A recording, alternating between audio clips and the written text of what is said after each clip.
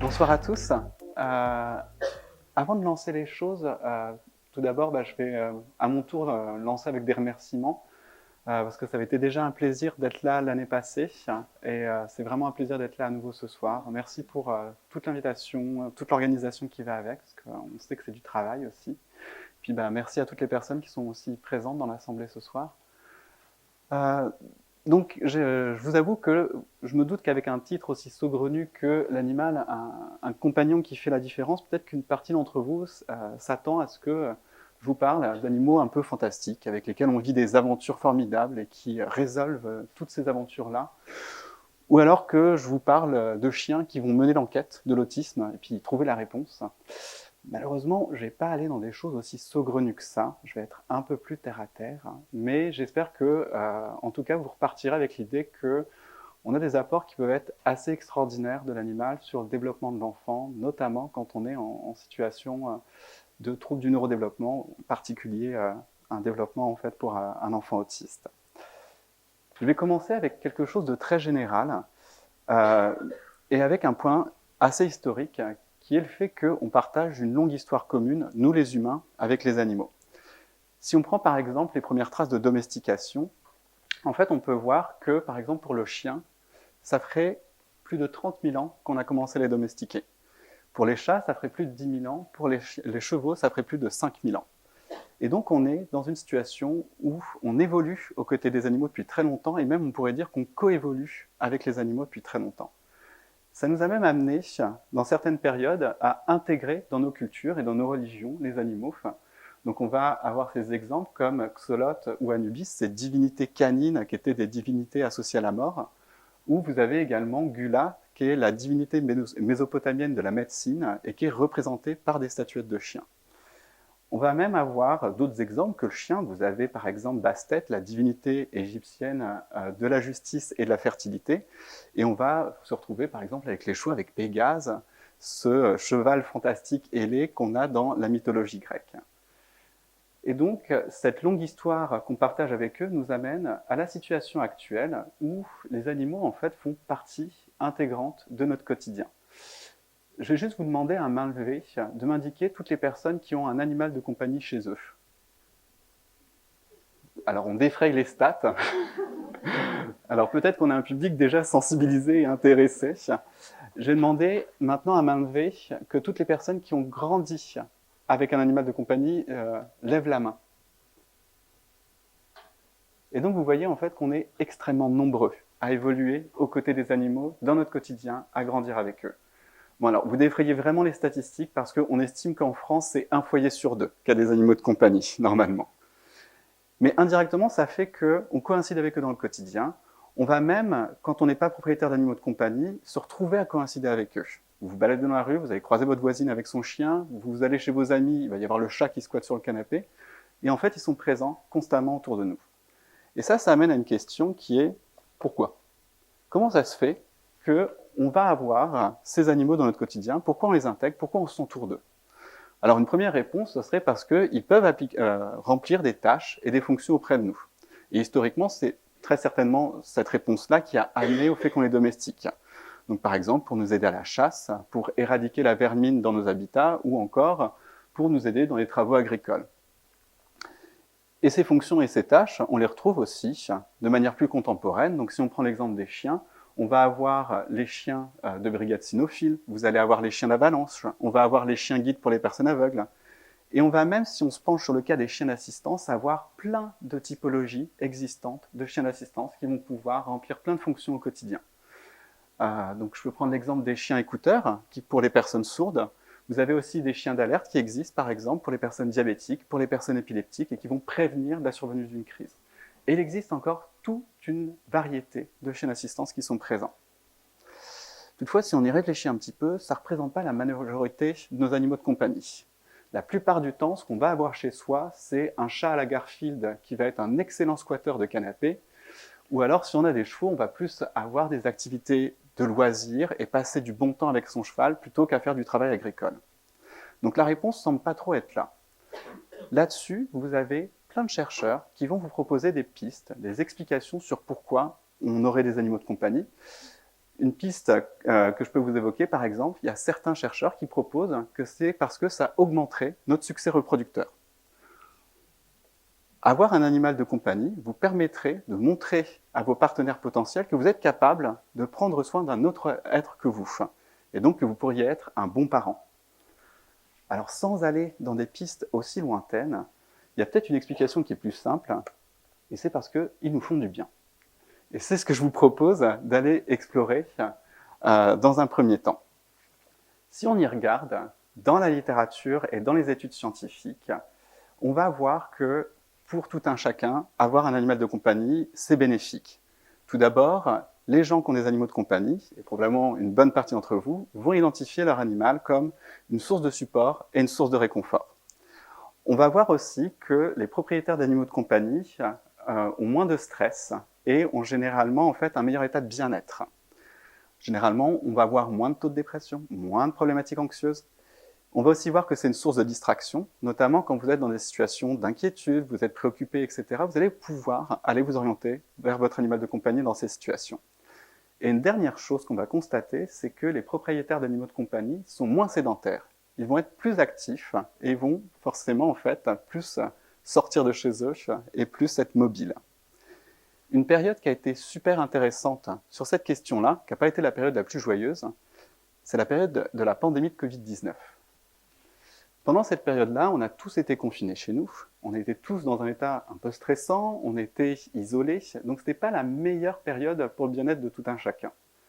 Et ce qui a pu être constaté pendant cette période, c'est que les propriétaires d'animaux de compagnie se sentaient moins isolés, moins seuls, allaient vous rapporter une meilleure santé physique et psychique, leur santé mentale se maintenait mieux pendant cette période-là, et on a même pu voir qu'ils allaient identifier leur animal pendant cette période comme un partenaire qui était important et une vraie source de réconfort. Toujours sur cette question des apports des animaux de compagnie, il y a un élément que j'aime bien mettre en avant, c'est ce qui se passe sur le plan physiologique. Et notamment, ce qu'on observe, c'est que quand un humain interagit avec son animal de compagnie, on va pouvoir voir que lorsqu'il caresse son chien ou son chat, on a une réduction de l'hormone du stress, donc qui est le cortisol, et on va voir une libération de l'hormone de l'attachement et du bien-être, qui est l'ocytocine. Et même, on peut aller dans des extrêmes assez impressionnants, c'est-à-dire que juste le contact œil à œil avec votre chien suffit à ce qu'il y ait libération d'ocytocine. Et d'ailleurs, ça marche chez votre chien aussi, il va libérer de l'ocytocine. Donc tous ces bienfaits qu'on peut voir sur les humains et sur tout un chacun nous amènent à nous demander qu'est-ce qui se passe pour un enfant qui grandit aux côtés d'un animal. Ici, si on essaye d'organiser et dans ce chaos de toute la littérature qui existe, de structurer les choses, on peut essayer de regrouper les choses en 4 grandes sphères de bienfaits. La première, ça va être la sphère physique, où ce qu'on va pouvoir voir, c'est que les enfants qui grandissent avec un animal de compagnie ont une meilleure santé. C'est des enfants qui vont avoir moins de problèmes d'asthme, moins de problèmes d'allergie, qui vont être plus actifs au quotidien, et on va aussi voir des bienfaits sur leur stress. Dans ces études-là, une étude qui est intéressante, c'est l'étude de Havner, qui date des débuts 2000, où ce qu'ils ont fait, c'est mettre des enfants dans des situations stressantes, où on les met devant un panel d'adultes qui les regardent, qui les jugent, et ils doivent réciter soit un texte qu'ils ont rédigé juste avant, ou alors faire des exercices d'arithmétique à haute voix. Donc très stressant pour un enfant, et ce qu'on va proposer à l'enfant, c'est de le faire soit seul, soit à côté de son chien, soit à côté de son parent. La situation la moins stressante, désolé pour les parents, c'est quand il y a le chien à côté. Pardon. Autre volet de bienfait, ça va être le volet social. Donc, comme les adultes, les enfants vont identifier leur animal de compagnie comme une source de support et un partenaire d'interaction et une source de soutien. On va voir chez ces enfants qui grandissent avec un animal de compagnie qu'ils vont développer de meilleures compétences sociales. Ils interagissent mieux, ils vont avoir des interactions plus positives, mieux se lier aux autres. Et on va voir aussi qu'on a pour ces enfants un effet de catalyseur social, un effet de glue social, dont nous aussi adultes on peut être témoins, qui est tout simplement le fait que quand il y a un animal dans une pièce, on interagit plus entre humains. C'est l'expérience qu'on a tous quand on se balade dehors avec son chien et où on a des gens qui vont nous aborder et commencer à discuter avec nous alors qu'habituellement on n'aurait pas notre chien, personne ne nous parle. Donc ça marche aussi pour les enfants. Autre sphère qui est une sphère où on voit beaucoup de bienfaits, c'est la sphère émotionnelle. Première chose, on va voir que les enfants qui grandissent avec un animal de compagnie développeraient des meilleures compétences empathiques, donc de meilleures capacités à comprendre et ressentir l'état émotionnel des autres. On va aussi voir qu'ils ont des meilleures capacités de régulation émotionnelle, donc de meilleures capacités à gérer ses émotions et à ne pas se laisser déborder par ses émotions. Et on va voir aussi que c'est les enfants qui vont avoir une meilleure estime d'eux et une meilleure confiance en eux. La dernière sphère, c'est la sphère cognitive. Et là, je vais être un peu décevant, mais en fait, je vais vous laisser sur un à approfondir. Parce que pour l'instant, on n'a pas été étudié ce qui se passe chez les enfants qui ont un animal de compagnie. Par contre, on a été étudié ce qui se passe sur les enfants qui sont mis en présence d'un animal ou qui font de la médiation animale. Ce qu'on observe, notamment dans la littérature, c'est que les enfants auraient des meilleures habiletés cognitives quand ils sont en présence d'un animal. On va voir qu'ils réussissent mieux dans des tâches de catégorisation, dans des tâches de mémorisation, et on va aussi constater des effets de ce qu'on appelle les programmes de lecture au chien. Alors, je ne sais pas si quelqu'un a déjà entendu parler de ça. Ah, quelques-uns. Donc, pour ceux qui ne connaîtraient pas, les programmes de lecture au chien, c'est un type de médiation animale où ce qu'on va faire, c'est proposer à des élèves qui sont en difficulté de lecture de faire de la lecture à haute voix, mais pas en s'adressant à un humain, mais en s'adressant à un chien. Et ce qu'on va voir dans ce type de programme, c'est que au bout d'un certain nombre de séances, vos élèves s'améliorent en fluidité de lecture, réduisent en nombre d'erreurs, vont même mieux comprendre ce qu'ils lisent et vont avoir de plus en plus de plaisir en lecture. Donc vraiment approfondir, je ne peux qu'encourager ça pour voir ce que ça donne avec des animaux de compagnie à la maison. Après, en dehors de l'enfant et de ces 4 sphères, on va aussi voir des bienfaits sur la famille du fait d'avoir un animal de compagnie. Déjà, vous allez dans n'importe quelle famille, l'animal est considéré comme un membre à part entière. Et ce qu'on va voir, c'est que ces familles-là, elles vous montrent une meilleure cohésion familiale. C'est-à-dire qu'il y a plus d'interactions entre les membres de la famille et les interactions entre les membres de la famille sont plus harmonieuses. Donc on sait que ça fait du bien pour tout un chacun, on voit que ça aide à mieux grandir et que ça peut être source de pas mal de bienfaits. La question suivante, c'est qu'est-ce qui se passe pour un enfant autiste en termes de développement quand il y a exposition à l'animal. Et là, je vais vous distinguer 3 formes d'exposition majoritaire qu'on peut avoir à l'animal quand on est un enfant autiste. On peut avoir la forme très classique, qui est celle d'avoir un animal de compagnie à la maison. On peut avoir une forme en fait qui est celle d'être un enfant autiste qui fait et participe à des séances de médiation animale. La dernière forme d'exposition, qui est un peu plus rare, c'est celle en fait d'un enfant autiste qui est bénéficiaire d'un chien d'assistance. Juste pour essayer de voir un peu dans la salle, est-ce qu'on a des familles avec un enfant autiste où il y a un animal de compagnie à la maison? Ok. Donc vous me direz si je suis dans le vrai ou dans le faux. Est-ce qu'on a des familles où il y a un enfant autiste qui fait de la médiation animale? Ok. Et alors là, j'ai peu d'espoir. Bénéficiaire chien d'assistance, est-ce qu'on en a? Non. Et c'est beaucoup plus rare. Donc on va commencer avec le premier volet et on va aller voir ce qui se passe quand il y a un animal de compagnie à la maison. Ce qui est constaté dans la littérature scientifique et dans les études qui sont menées, c'est qu'on aurait en fait un meilleur développement social et un meilleur développement des comportements sociaux chez les enfants qui ont un animal à la maison. Donc ils auraient des meilleures capacités à interagir, des meilleures capacités à entrer en relation et à maintenir ces relations. Et on va voir aussi que c'est les enfants qui vont émettre plus de comportements prosociaux que les enfants qui n'ont pas d'animal de compagnie. Les comportements prosociaux, ça peut être par exemple aller donner du réconfort à une personne qui est triste, partager quelque chose avec quelqu'un d'autre. On va aussi voir que c'est des enfants qui vont avoir moins de rigidité dans leur comportement et ils vont avoir une meilleure santé mentale et un meilleur bien-être. C'est des enfants qui vont avoir moins de problèmes de stress, moins de problèmes d'anxiété, moins de symptômes dépressifs. Et enfin, on va voir que c'est des enfants qui sont plus actifs physiquement et qui ont potentiellement un meilleur développement de leurs habiletés motrices. Bien entendu, là je ne suis pas exhaustif, je suis obligé de résumer un petit peu. On peut avoir plein d'autres petits bienfaits qui sont présents. Ce qu'on va aussi voir en fait, c'est que c'est aussi bon pour le reste de la famille. On va avoir des parents qui sont moins stressés et on va voir aussi qu'il y a un meilleur fonctionnement à l'échelle de la famille. La famille fonctionne mieux, les interactions fonctionnent mieux entre les membres. Toutefois, et c'est le petit bas qui blesse, on a encore besoin de plus d'études sur la question. C'est toujours la réponse des scientifiques, je sais qu'on est fatigant avec ça. Mais on est dans une position où la plupart des études jusque-là, elles ont fonctionné par de l'enquête et pas par de la collecte de données objectives avec des échelles validées scientifiquement ou alors avec des mesures plus objectives comme des mesures physiologiques ou de l'observation via vidéo. Et ça donnerait en fait lieu à des résultats encore plus solides pour plus confirmer ce qui se passe. Mais en tout cas, comme vous le voyez, on a plein d'effets prometteurs qui sont validés solidement au niveau scientifique. Maintenant, c'est le moment où je mets ma petite casquette de maton et où j'arrive avec les critères de vigilance. C'est-à-dire qu'on peut se dire dans ce cas-là, ok, ça va être une bonne idée pour mon enfant d'intégrer un animal de compagnie pour l'aider à mieux grandir et peut-être essayer de mieux évoluer en termes de développement dans son autisme. La problématique, c'est dans un premier temps que, premier point de vigilance à considérer, c'est que intégrer un animal de compagnie à la maison, c'est potentiellement de la charge et des challenges en plus. Vous intégrez un animal, va falloir l'éduquer, le socialiser, s'en occuper, en prendre soin, l'amener au vétérinaire, et tout ça, c'est des charges supplémentaires dans un quotidien qui est généralement bien chargé. Par-dessus, vous pouvez être dans une situation où il va falloir épauler, aiguiller votre enfant pour qu'il interagisse de la bonne façon avec l'animal de compagnie. On peut avoir aussi une question qui est importante à se poser, c'est est-ce que mon enfant est attiré par les animaux ? Comme tout enfant, un enfant autiste, comme un enfant neurotypique, peut ne pas être attiré par les animaux.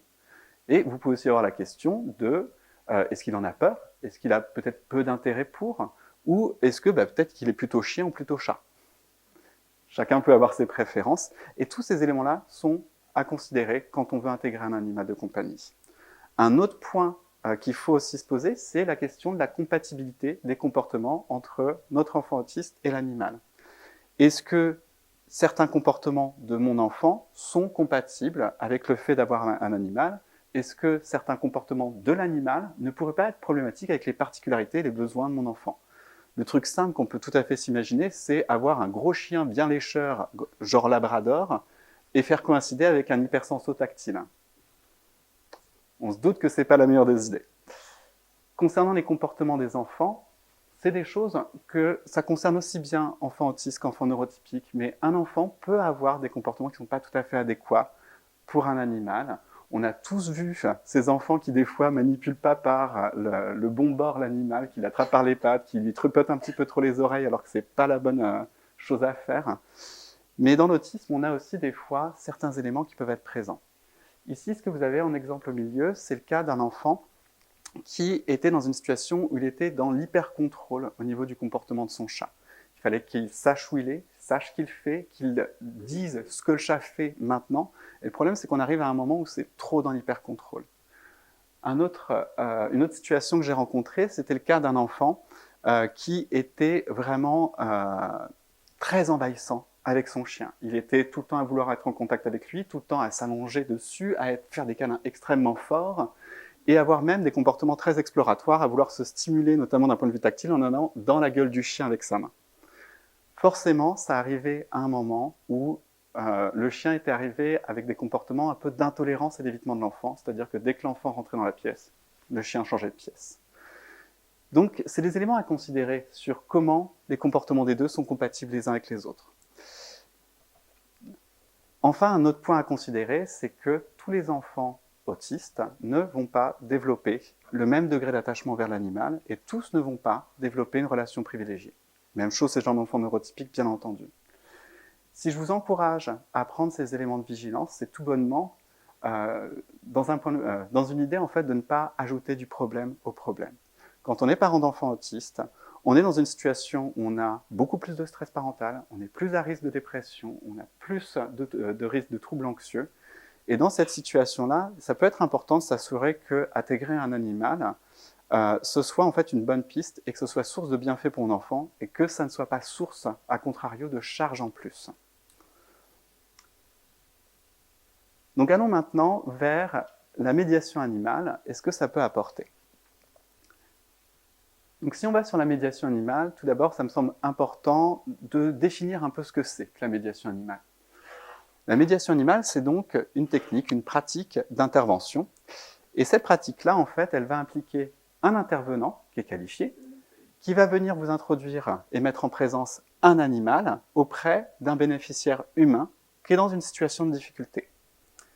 Les objectifs qui sont ciblés par cette mise en présence de l'animal peuvent être très variés. Vous pouvez en fait travailler sur plein d'objectifs différents, mais l'idée c'est de travailler sur des choses, des compétences, des éléments auxquels vous n'auriez pas accès si vous restiez qu'entre humains.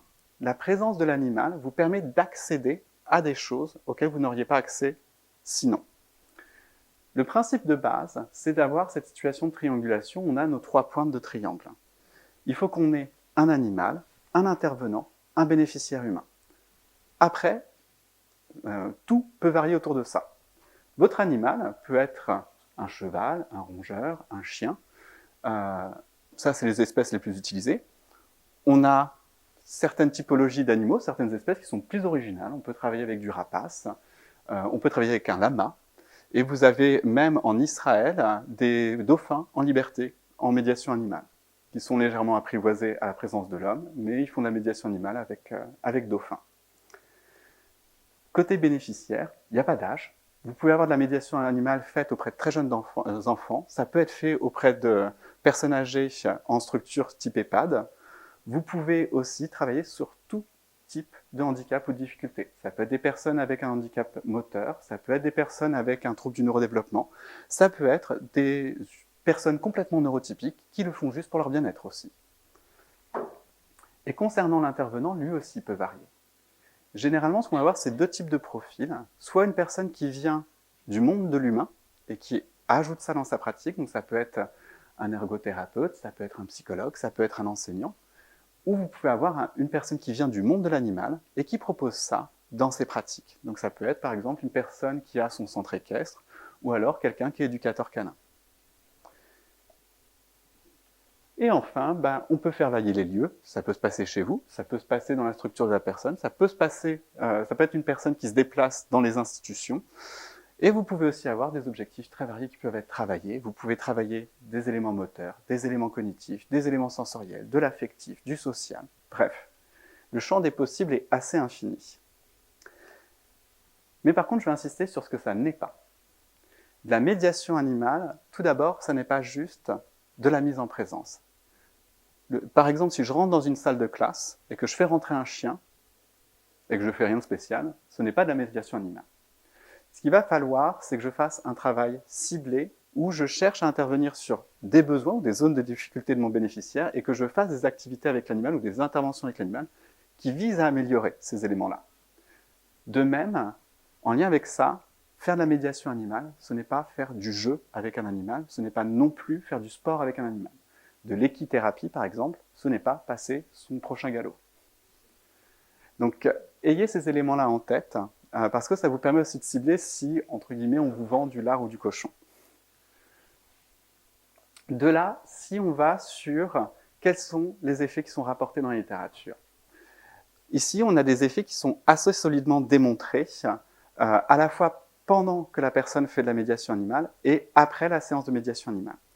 Donc pour nos jeunes autistes, ce qu'on va voir, c'est que tout d'abord, on va avoir une amélioration des interactions.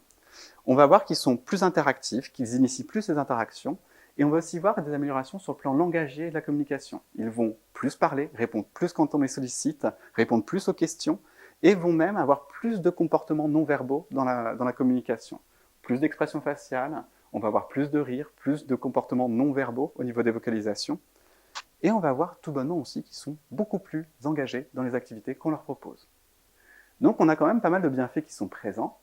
On en a quelques-uns qui sont rapportés par quelques études et qui demanderaient d'être un peu plus confirmés, mais il semblerait aussi qu'on aurait une réduction des comportements problèmes, donc avec notamment moins d'isolement, moins de comportements agressifs par la suite, et aussi une amélioration sur tout ce qui est stress et humeur globale du jeune autiste qui va participer à des séances de médiation animale.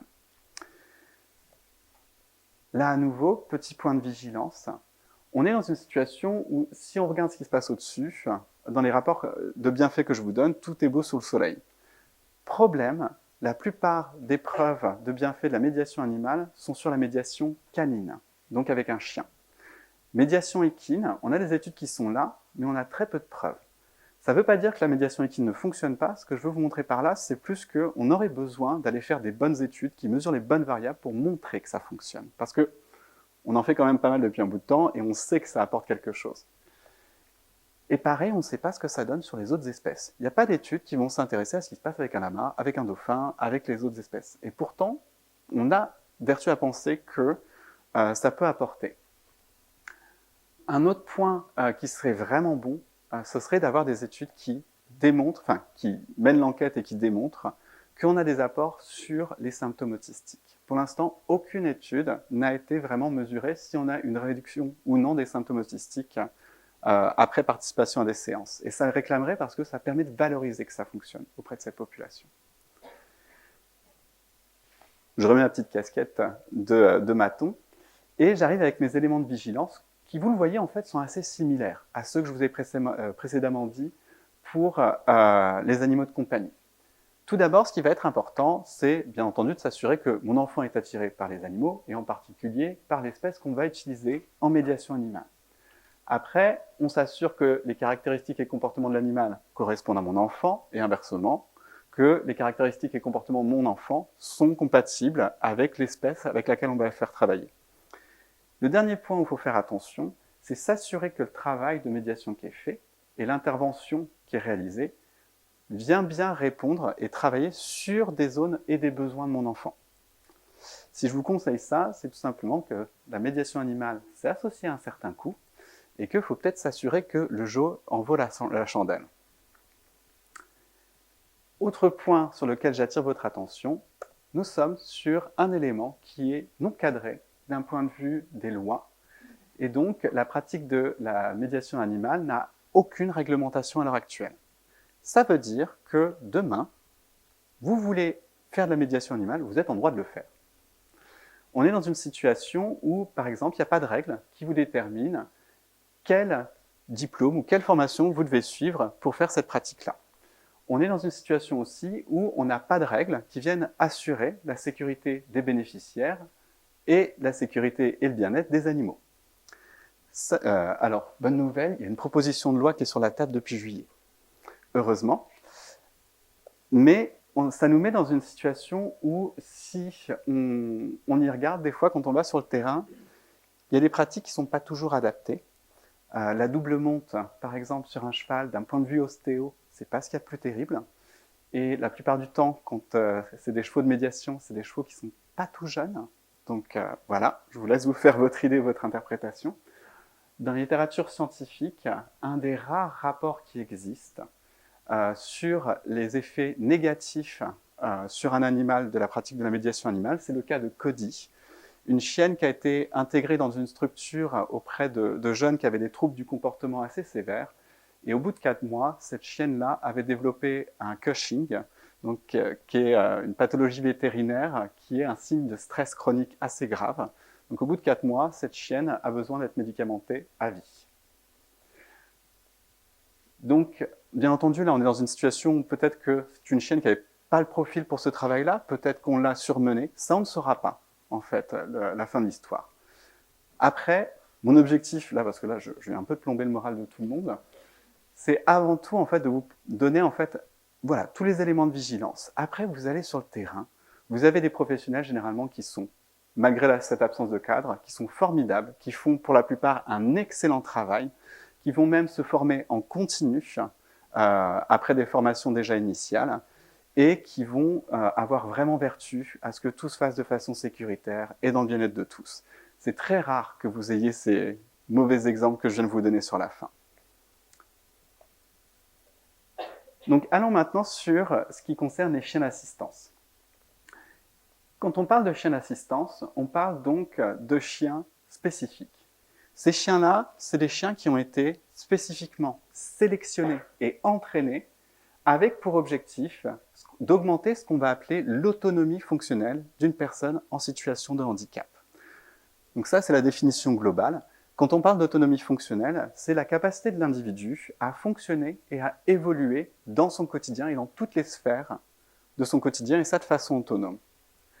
Ces chiens-là, du fait qu'ils soient labellisés chiens d'assistance, ils vont bénéficier d'un certificat et répondre à certaines lois qui leur permettent d'accéder à tous les lieux publics.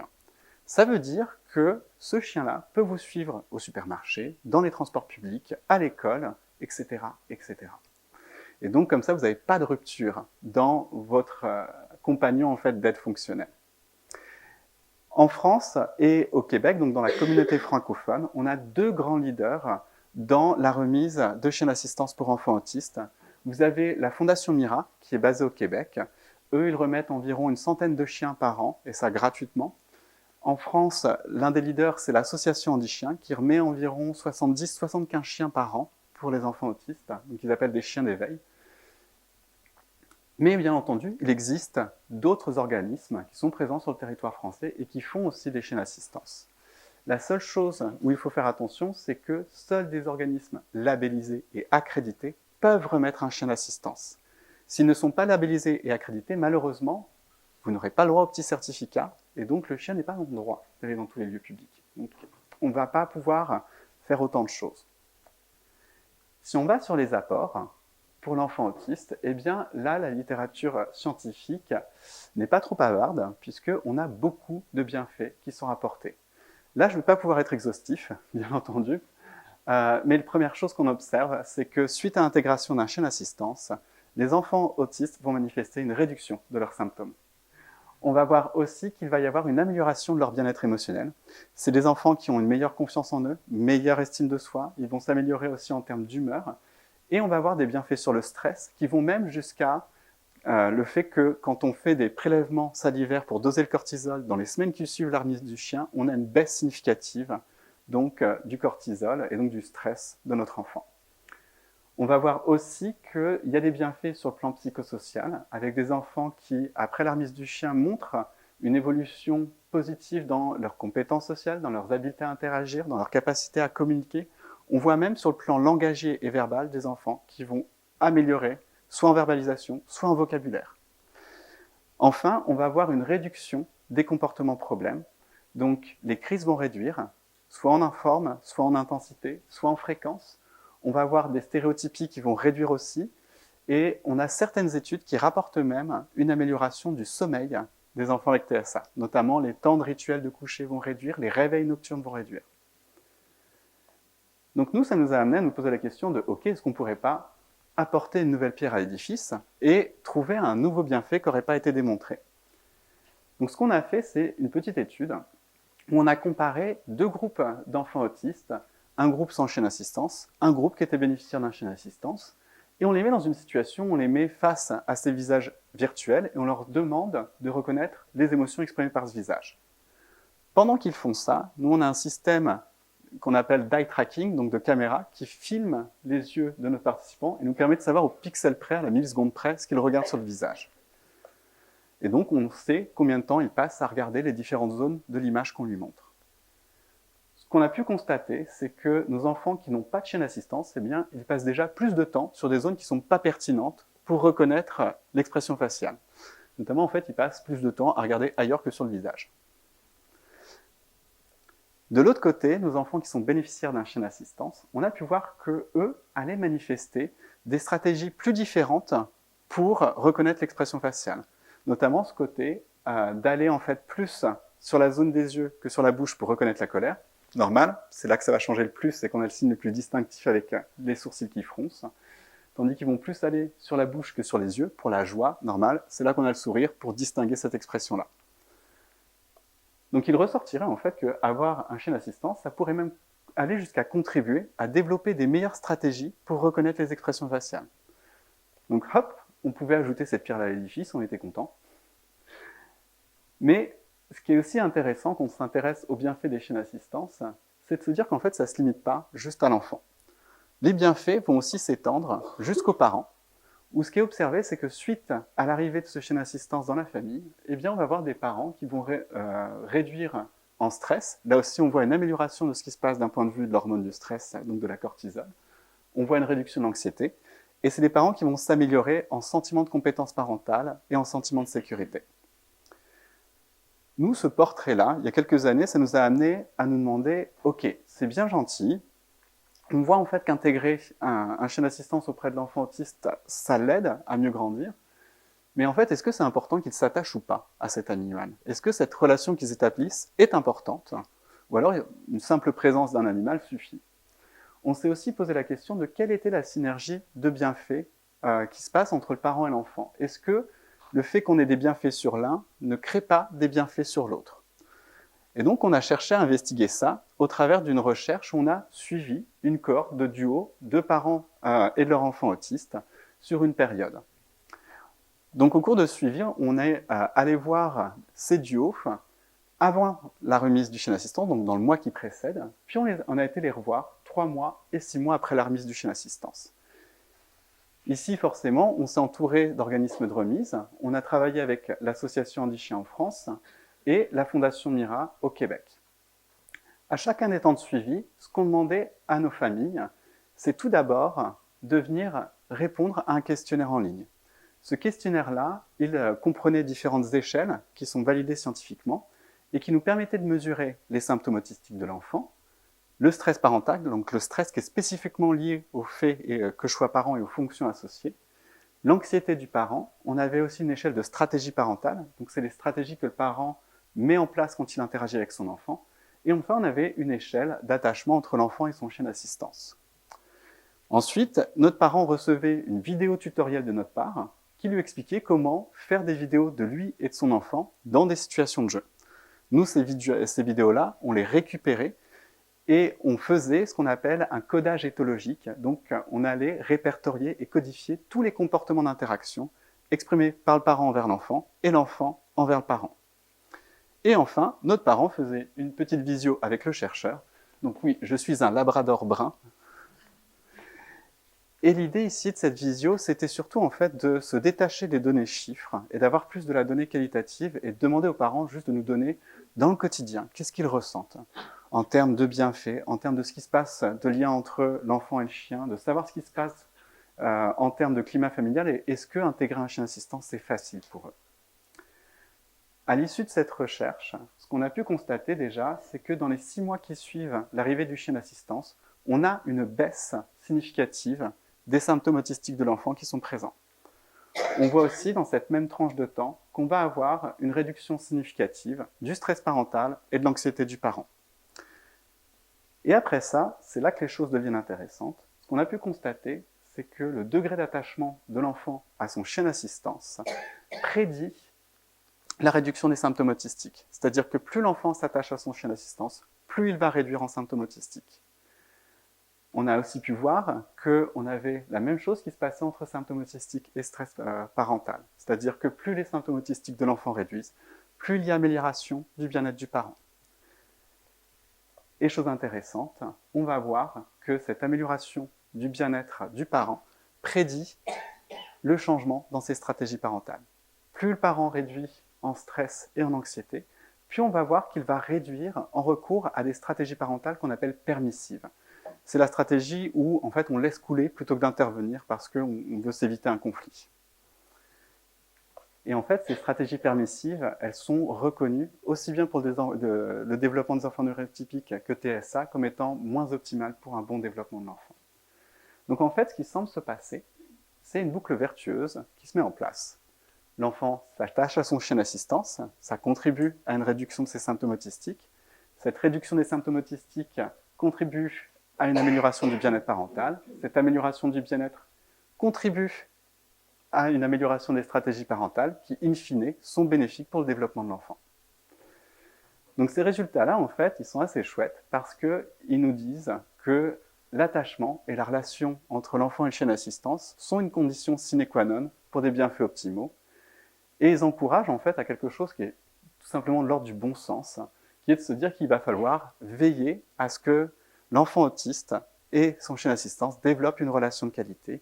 Et donc pour ça, il faut que le parent s'investisse dans cette relation. Et il va aussi falloir pas hésiter à solliciter les entraîneurs des organismes de remise qui peuvent vous aider là-dedans. Comme les fois précédentes, petite casquette de maton sur les points de vigilance. Avant de vous engager dans le parcours, si vous songez à intégrer un chien d'assistance pour votre enfant autiste, ce que je vous encourage à faire, c'est déjà assurez-vous que votre enfant est attiré par les chiens et que ça lui plaît. Ensuite, vérifier que les caractéristiques de cette espèce, donc qui sont les chiens, sont compatibles avec l'enfant. Inversement, que les caractéristiques et comportements de mon enfant sont compatibles avec le chien. Et juste vous poser aussi la question de est-ce qu'un chien d'assistance, c'est la solution qui correspond le mieux aux besoins de mon enfant? La question la plus simple à se poser, c'est est-ce qu'avoir un chien d'assistance, ça va apporter plus de choses que d'avoir un animal de compagnie, et un bon chien de compagnie? Si la réponse est oui, allez-y, n'hésitez pas, puisque ça peut être source de pas mal d'effets. Les autres points de vigilance sur lesquels je vais vous attirer votre attention, c'est qu'on a tendance à se dire qu'un chien d'assistance, c'est un peu une sorte de chien clé en main. On vous le donne et puis ça va marcher direct. La chose est que, en effet, vous n'avez pas à l'éduquer, à le socialiser, mais ce chien-là, il est entraîné, il répond à toute une série de commandes, et il va falloir que vous mainteniez l'entraînement de ce chien. Donc de manière régulière, il va falloir les retravailler, ces apprentissages-là. Il va falloir aussi que vous veillez à ce que, dans toutes les sphères de son quotidien, votre enfant puisse intégrer son chien d'assistance. Et par-dessus, il va falloir essayer de promouvoir la relation entre les deux et l'autonomie de votre enfant dans la gestion de son chien. Donc, si vous voulez un peu voir plus de choses sur les résultats de cette recherche que je viens de vous présenter, qui vous montre la boucle vertueuse, on a des articles qui sont disponibles en libre accès, qui sont publiés en journaux scientifiques donc anglophones. Si vous êtes moins à l'aise avec l'anglais, on a aussi publié en français pour essayer que le plus grand nombre puisse bénéficier de ces recherches-là. Toujours dans cette visée-là, que le plus grand nombre puisse en bénéficier, on a aussi visé à ce que les personnes concernées puissent avoir accès à ces recherches. Et donc, on a travaillé avec Piranat. Piranat, c'est une illustratrice autiste qui est très sympathique. Et vous avez dû noter que dans ma présentation, là, dans cette présentation de la recherche, j'ai présenté des visuels un peu particuliers qui sont illustrés, dessins. En fait, c'est parce qu'on a fait 2 fascicules vulgarisés avec Piranat. Donc, une version Andy Chien, une version Mira. J'en ai rapporté plein d'exemplaires. N'hésitez pas, ils sont là pour ça. Prenez-les, c'est fait pour être diffusé. Donc, n'hésitez pas à la fin de mon intervention à venir en récupérer. Enfin, vous êtes absolument bienvenus à le faire. Donc, on arrive sur une phase où on est dans le momentum. On part avec l'idée qu'un animal, ça peut être source donc de plein d'apports pour un enfant autiste. Maintenant, la question en fait qui reste à répondre, c'est comment ça se fait? Alors, on pourrait juste se dire, c'est magique. Et donc, l'animal, petite baguette, hop, apporte des bienfaits. On pourrait aussi se dire qu'un animal, ça a des super pouvoirs qu'un humain n'a pas, et c'est donc pour ça qu'ils apportent ces bienfaits-là. Le problème, c'est que là, je vais me discréditer scientifiquement auprès de mes confrères et consoeurs, et donc je suis obligé d'aller à la suite. Bien entendu, les scientifiques vous proposent des pistes pour expliquer ça. Les pistes sont assez nombreuses et plus ou moins convaincantes. Première piste qui peut être soulignée, c'est que un animal, il est un peu multisensoriel. Et notamment, quand on interagit avec lui, il ne va pas se baser sur les mêmes canaux sensoriels de la même façon qu'un humain. Donc ça pourrait être une piste. Autre piste, un animal, c'est un peu comme un objet transitionnel, un peu comme un doudou.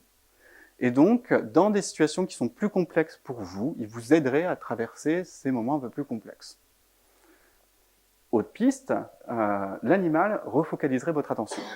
Dans une situation où il y a des stimuli qui sont perturbants, qui vous dérangent, qui commencent à vous surcharger, en fait, vous pourriez être dans une position où quand vous êtes avec votre animal, ça vous défocalise de ces stimuli perturbants et vous focalisez sur l'animal.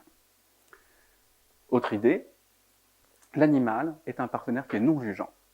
À la différence des autres humains qui vont juger le fait que vous ayez des comportements atypiques ou un peu particuliers, l'animal n'en a rien à faire et ne va pas juger ça. Autre piste qui est très globale, qui est l'idée que, en fait, un autiste, comme n'importe quel humain, il répond à la théorie de la biophilie, donc est attiré par le vivant et par les animaux. Dernière piste, qui est celle dont je suis personnellement moins fan, je vais vous l'avouer, c'est la piste selon laquelle le comportement d'un animal est beaucoup plus simple. Et donc, comme c'est plus simple aussi pour un autiste. Ça, j'aime pas du tout cette piste-là, parce que si on prend l'exemple un chat, au niveau de ses mouvements faciaux, pourrait avoir théoriquement jusqu'à 200 combinaisons d'expressions faciales possibles. J'ai du mal à me dire que c'est plus simple un animal. La piste que je vais vous proposer d'explorer, c'est que peut-être qu'un animal serait plus simple à décoder pour une personne autiste. Mais avant d'aller là-dessus, je vais vous demander qui était là l'année dernière. Ok, on en a quelques-uns. Donc si vous étiez l'année dernière, vous avez dû assister à la présentation de Marcel Ibert. Et Marcel Ibert vous a parlé en fait de l'ocytocine. Et on partait tous avec l'idée, l'ocytocine c'est fantastique, comme quoi ça peut être source de pas mal d'apports dans l'autisme. Donc pour reprendre un petit peu, l'ocytocine c'est une hormone qui est impliquée dans tous nos comportements sociaux et affiliatifs les uns envers les autres. Ce qu'on sait d'un point de vue scientifique, c'est que les personnes autistes auraient de moindres taux d'ocytocine. Ce qu'on observe aussi, c'est que si on injecte de l'ocytocine à des personnes autistes et qu'on leur fait travailler des compétences sociales, on va voir ces compétences sociales-là s'améliorer ensuite. Or, si on rembobine un tout petit peu ma présentation et qu'on revient au départ, je vous ai expliqué que quand on interagit avec un animal, ça libère de l'ocytocine. Donc, on arrive dans une position 1 + 1 = 2. Une personne autiste interagit avec un animal, ça créerait une libération d'ocytocine, et ça pourrait être à la source des bienfaits qu'on observe. Et problème, je vais vous laisser sur la fin, sur cette fin-là, parce qu'on est dans une situation où ça n'a jamais été testé. Donc c'est dommage que Marcel ne soit pas là, parce que j'avais envie de lui faire un énorme appel du pied, vous vous en doutez, mais on est vraiment dans une position où il y a une piste extrêmement intéressante à aller voir, et on n'a pas encore la réponse. Donc si on revient à nos moutons, et qu'on va voir, est-ce qu'un animal serait plus simple à décoder pour une personne autiste ? En fait, on est dans une position où, à l'heure actuelle, on voit qu'il y aurait des particularités pour une personne autiste quand elle interagit avec un animal. Notamment, ce qu'on voit d'un point de vue scientifique, c'est qu'il y a des difficultés qu'on trouve dans l'interaction avec les humains qu'on ne retrouve pas dans l'interaction avec un animal. Premier truc, normalement, on nous décrit tous qu'une personne autiste va avoir un moindre attrait social, un moindre attrait spontané vers les partenaires sociaux. Vous prenez une personne autiste, vous la mettez dans une pièce où il y a un chien, un humain, des objets, c'est le chien avec qui ils vont le plus interagir, et ça de manière spontanée. Ils interagissent 2 fois plus avec le chien qu'avec l'humain, 16 fois plus avec le chien qu'avec les objets. Et cet attrait spontané envers les animaux, on a même réussi, nous, dans une étude, à le démontrer d'un point de vue de l'attention visuelle, où ce qu'on a fait, c'est qu'on prenait des jeunes autistes et on leur faisait rencontrer pour la première fois un chien d'assistance. Donc vous avez une humaine qui est une psychoéducatrice, un chien, plein d'objets autour, il y avait même le parent qui était sur la gauche de l'enfant. Et avec nos lunettes d'eye tracking, on sait exactement ce qui est observé dans cette situation réelle, où il rencontre ce chien. Et ce qu'on va voir, c'est que notre chien, c'est la cible préférentielle qui va être regardée pendant tout ce temps-là. Et quand il regarde le chien, d'ailleurs, c'est sa tête qu'il regarde le plus. Donc est-ce qu'on peut aller plus loin ? Qu'est-ce qui se passe quand il regarde un visage ? Normalement, une personne autiste, d'après les études, va éviter la zone des yeux. Elle va passer plus de temps sur la zone basse du visage. Vous présentez des visages animaux, ce qu'on va voir, c'est qu'ils n'ont pas de problème à regarder la zone des yeux. On va même voir le pattern triangulaire entre je balade sur les 2 yeux et je vais sur le nez et la bouche. Et d'ailleurs, si on compare enfants autistes et enfants neurotypiques, on n'a pas de différence quand ils regardent des visages animaux. Et ça marche avec chiens, ça marche aussi avec chevaux, chats. Ça a été testé sur différentes espèces. Alors on peut aller plus loin, on peut aller sur ce qui se passe au niveau cérébral. Quand on présente des visages à une personne autiste, et notamment des visages humains, ce qu'on va observer, c'est que notamment, il y a des réseaux cérébraux qui vont moins s'activer quand on compare une personne autiste à une personne neurotypique. Si vous présentez des visages animaux, aucune différence entre personnes autistes et personnes neurotypiques. Et on peut même encore pousser plus loin, on peut aller sur la reconnaissance des expressions faciales. Vous allez voir que les personnes autistes ont des difficultés par rapport aux personnes neurotypiques à reconnaître les expressions faciales humaines. Vous comparez neurotypique et TSA sur de la reconnaissance d'expressions faciales animales, il n'y a pas de différence. Donc là, partant de là, on peut se dire, mais jusqu'où on peut pousser le bouchon ? Est-ce qu'on peut aller sur des compétences et des habiletés de cognition sociale encore plus avancées ? Et par exemple, qu'est-ce que ça donne pour de l'empathie ? Donc cette capacité à ressentir et comprendre l'état émotionnel de l'autre. Ou encore sur la théorie de l'esprit, la capacité à comprendre et attribuer aux autres des intentions, des pensées, des connaissances particulières. Donc par rapport à l'empathie, il y a une série d'études qu'on a menées où ici on a travaillé sur l'empathie envers des animaux, sur un groupe d'adultes neurotypiques, un groupe d'enfants neurotypiques et un groupe d'adultes autistes. Ces participants-là, on les a mis dans une tâche très simple. On leur présente des paires de photos d'animaux, avec des humains parmi les animaux, forcément, et on leur présente ces paires, et à chaque fois qu'on leur présente une paire de photos, le job qu'ils ont, c'est de nous dire quelle est l'espèce qu'ils se sentent le plus capables de comprendre les sentiments et émotions. Et ici, le choix de votre participant vous permet de savoir quelle est l'empathie qu'il perçoit envers les différentes espèces. Donc nos participants font l'expérience, on analyse nos résultats, et ce qu'on obtient, c'est l'arbre évolutif des espèces. Plus une espèce est proche dans l'histoire évolutive, plus on est empathique envers elle. Donc on est plus empathique envers les primates qu'envers une vache, qu'envers un reptile, qu'envers etc. Donc ce phénomène-là, on le retrouve chez nos adultes neurotypiques, ici en rose. On le retrouve aussi chez nos enfants neurotypiques. Alors la tendance est moins forte chez eux, mais c'est aussi présent. Et à mesure qu'ils grandissent, cette tendance à privilégier les espèces les plus proches se renforce. On la retrouve aussi chez nos adultes autistes, ici en bleu. Ils vont nous montrer le même phénomène. Trait pour trait, on a la même chose qui est présente. Sauf une espèce, qui est l'humain. Hop, animation, voilà. Ici, la flèche en bleu vous indique la réponse pour les humains des adultes autistes.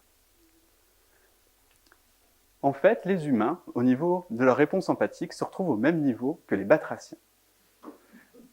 Je vous rassure, la conclusion, ce n'est pas que les personnes autistes vous prennent pour des grenouilles. Ce que ça veut dire, c'est que ça reflète le degré de difficulté que c'est pour eux de comprendre nos sentiments et émotions. Pour eux, c'est aussi difficile que d'essayer de comprendre les sentiments et émotions d'une grenouille.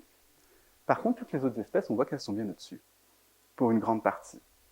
Donc au niveau de l'empathie, il semble à nouveau se passer quelque chose encore de particulier où l'humain serait la zone de difficulté. Quand on va sur la théorie de l'esprit, une étude que j'aime bien présenter d'abord, c'est une étude faite par un duo de chercheurs qui s'appelle Liam Cross et Gray Atherton.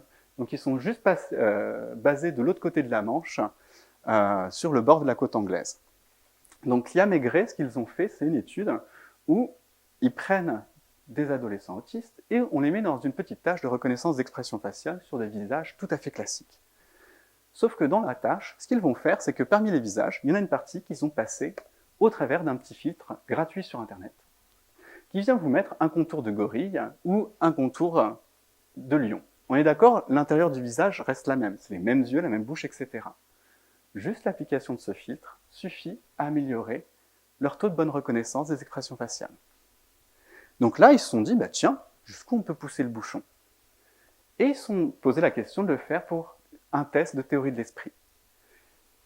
En tâche de théorie de l'esprit, ce qu'on peut utiliser, c'est la FOPA. La FOPA, c'est une tâche où ce qu'on donne aux participants, c'est des petits scénarios, des petites histoires, où vous avez un des personnages qui va faire un faux pas social, une boulette qui pourrait vexer ou blexer quelqu'un. Une personne autiste va être très en difficulté pour détecter ces moments en fait où « ah tiens, il a blessé l'autre ». Parce qu'on a une difficulté à attribuer des intentions, des émotions, etc. à l'autre. Donc ici, ils la font passer à tout un lot d'étudiants qui étaient présents sur le campus universitaire et dont une partie présentait beaucoup de traits autistiques. Donc ces étudiants qui ne sont pas autistes, mais qui présentent beaucoup de traits autistiques. Et ce qu'ils observent, c'est que ce sous-groupe d'étudiants qui a beaucoup de traits, eh bien, va être en difficulté dans cette tâche.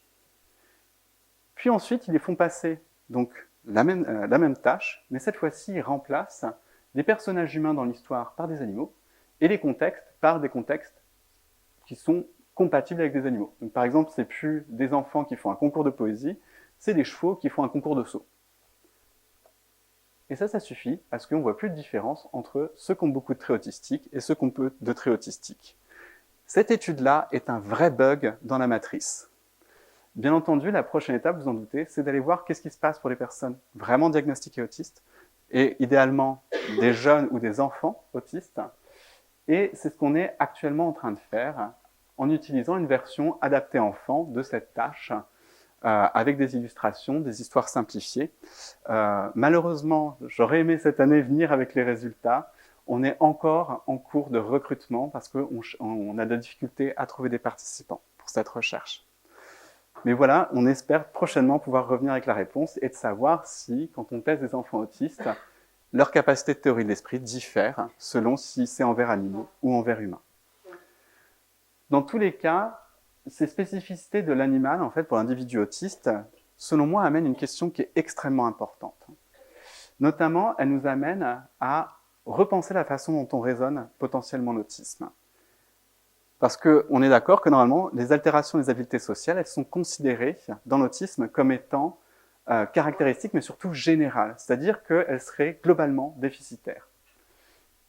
Mais ce que semblent indiquer ces études, c'est que ces difficultés pourraient être spécifiques envers l'humain. C'est-à-dire que je n'aurais pas un déficit dans mes interactions sociales, j'aurais un déficit dans mes interactions sociales envers les humains, par exemple. Donc ça nous force à repenser les choses parce que ça change aussi la façon dont on peut intervenir d'un point de vue thérapeutique. Bien entendu, ça nous apporte tout un éclairage aussi sur les relations assez particulières qui peuvent s'établir entre une personne autiste et un animal, et un petit peu sur le champ des possibles aussi sur lesquels ces relations-là, en fait, elles peuvent aboutir. Je vais vous laisser avec juste une petite info. Si je vous ai pas trop ennuyé et que vous êtes intéressé à avoir plus d'informations sur les apports de l'animal, on organise une conférence grand public le 25 mars 2025 au stade de Reims. Donc, je ne suis pas Johnny, c'est une salle de conférence dans le stade. Et le lendemain, le 26 mars, on organise une demi-journée de colloque scientifique qui abordera les questions de troubles du spectre de l'autisme, de la famille, de la médiation animale, des chiens d'assistance. Les deux événements, on a eu vertu à ce qu'ils soient 100% gratuits. Vous avez juste à m'envoyer un mail et vous êtes inscrit à la liste. Et pour terminer, je vais juste vous remercier de votre attention et vous laisser avec une image toute mignonne de Soham et de son chien d'assistance Pepper. Donc c'est pas la chèvre, hein, je vous rassure. Pepper arrive. Merci beaucoup.